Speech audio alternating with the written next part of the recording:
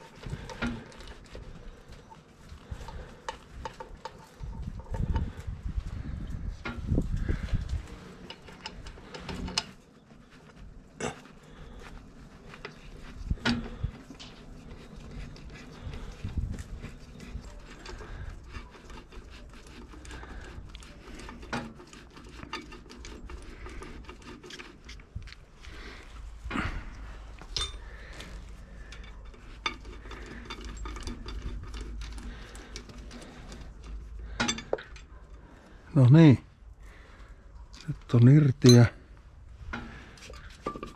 tuo vielä pois. Hyvin kävi. Eli täällähän on nyt niin levyt on uudet, jarrulevyt, pinnat ja paisutin on uusia. Se hihtaa tosiaan eilen laitoin niin kokosin, niin hyvä, että jakso vettää tuota ykkösellä. Takaisin vain ja miettiä mitä tehdään. Nyt kokeillaan tosiaan vaihtaa tuohon vanha levy tuohon. Toiseksi toinen puoli toimii. Sillä lailla.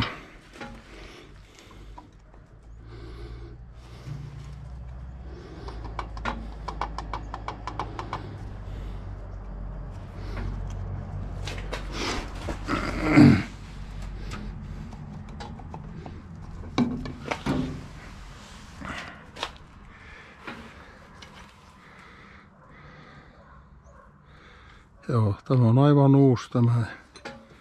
Uusi on aivan ja se on jotakin. Tämä oli muistaakseni 12.9 ja tuo vanha oli 12.